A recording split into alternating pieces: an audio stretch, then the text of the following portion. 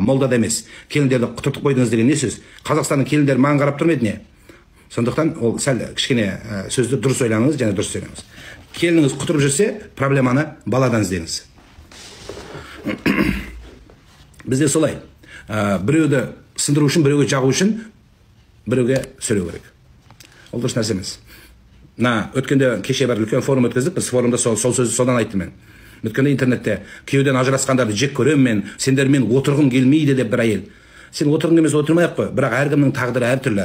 Біреу бақытын көреді, біреу қиыншылық көреді, біреу тозақ көреді. Сонда өле бер сол біреудің қолында деп айтуымыз керек пе не? Дұрыс емес сол жаным. Дұрыс емес.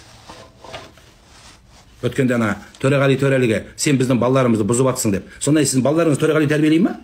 Интернет тәрбиелей ме сонда? Сонда сіз ойланып көріңізші, сіз балаңызды кім тәрбиелеп жатыр? Әйелдерді кім тәрбиелеп жатыр? Жоқ, ол дұрыс емес ол. Сізге ұнай ма, ұнамай ма, ол шариғат.